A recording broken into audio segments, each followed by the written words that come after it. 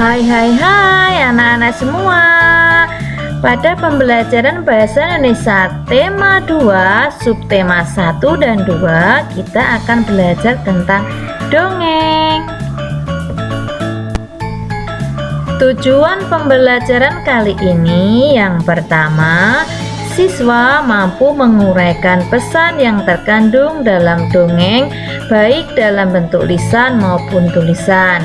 Yang kedua, siswa mampu mempraktikkan pesan moral yang terkandung dalam sebuah cerita dongeng. Yuk kita bahas bersama pengertian dongeng. Menurut Kamus Besar Bahasa Indonesia atau KBBI, dongeng adalah cerita yang tidak benar-benar terjadi. Dan menurut pengertian lain, dongeng adalah bentuk sastra lama yang bercerita tentang kejadian luar biasa dan bersifat fiksi atau tidak nyata dan penuh khayalan serta imajinasi dan tidak benar-benar terjadi. Anak-anak, di sini kita akan bahas tentang jenis-jenis dongeng. Yang pertama, mite, yaitu dongeng dengan latar belakang sejarah yang mengandung hal-hal ajaib dan dianggap suci. Biasanya tokohnya adalah dewa-dewa. Yang kedua, legenda, yaitu dongeng mengenai peristiwa sejarah, suatu nama daerah atau asal-usul daerah. Yang ketiga, fabel, yaitu dongeng yang tokohnya adalah hewan dan menceritakan tentang kehidupan mereka. Yang keempat adalah hikayat, yaitu dongeng yang menceritakan kehebatan atau kepahlawanan seseorang. Yang kelima adalah parabel, yaitu dongeng yang menggunakan perumpamaan untuk menyampaikan pesan moral. Itu tadi jenis-jenis dongeng ya. Selanjutnya kita akan membahas fungsi dongeng. Apa itu fungsinya?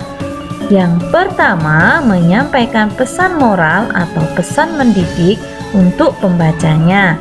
Yang kedua, sebagai hiburan bagi pembacanya. Nah, anak-anak yang hebat, selanjutnya kita belajar tentang struktur dalam dongeng. Apa saja ya? Yang pertama, pendahuluan adalah kalimat pengantar untuk memulai sebuah dongeng. Contohnya, pada zaman dahulu kala atau pada suatu hari yang indah. Nah, seperti itu ya anak-anak. Yang kedua, yaitu tentang peristiwa atau isi. Adalah kejadian-kejadian yang disusun berdasarkan urutan waktu atau peristiwa inti. Untuk yang ketiga, penutup adalah kalimat yang mengakhiri cerita dongeng. Contohnya, akhirnya mereka berdua hidup bersama selamanya, atau akhirnya mereka pun bersama lagi. Seperti itu anak-anak. Berikutnya kita akan membahas ciri-ciri dongeng. Apa ya ciri-ciri dongeng itu? Yang pertama, dongeng diceritakan dengan alur yang sederhana. Yang kedua, karakter tokohnya tidak diceritakan secara rinci. Yang ketiga, pendahuluannya singkat, lebih menekankan pada peristiwa atau isi. Yang keempat, ceritanya singkat dan bergerak cepat.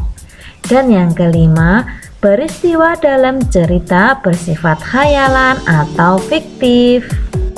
Anak-anak yang hebat, selanjutnya unsur-unsur dalam dongeng.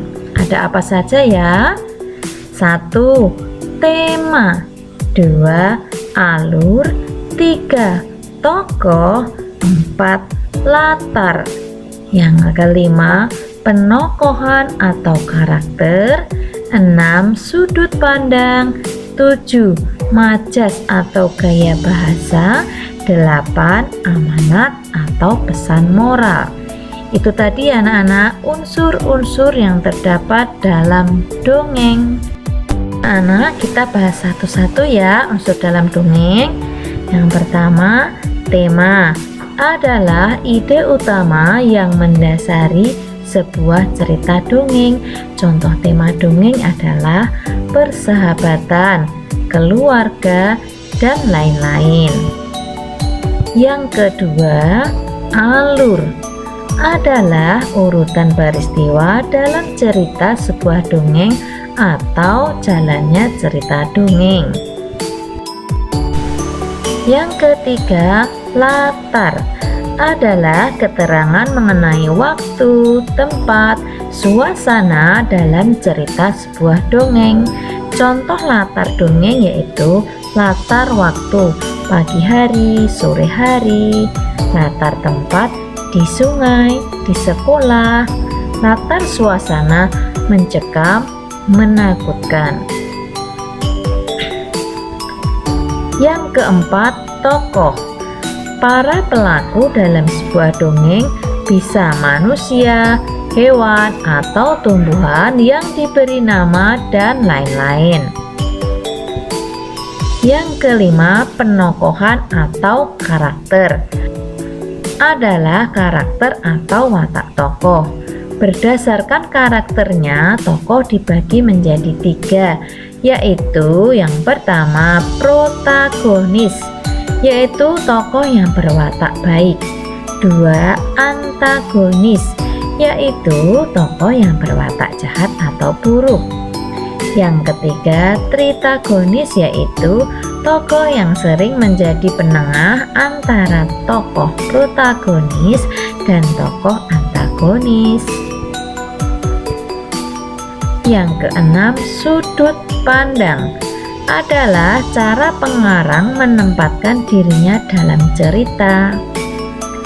Yang ketujuh, majas adalah gaya bahasa yang digunakan dalam cerita dongeng.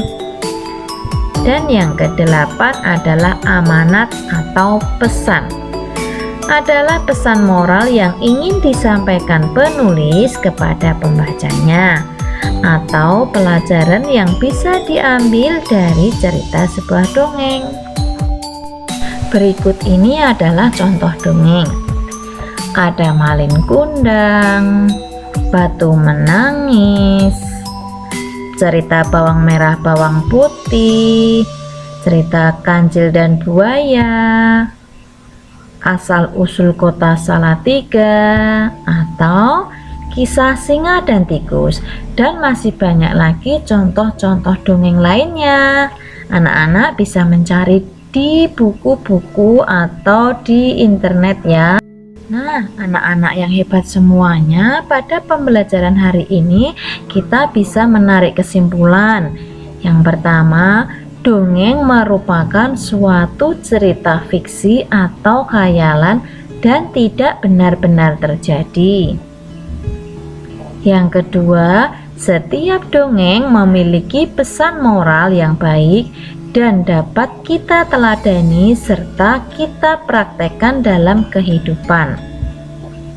Nah, anak-anak yang hebat semuanya, tetap semangat, tetap jaga kesehatan, dan tetap belajar.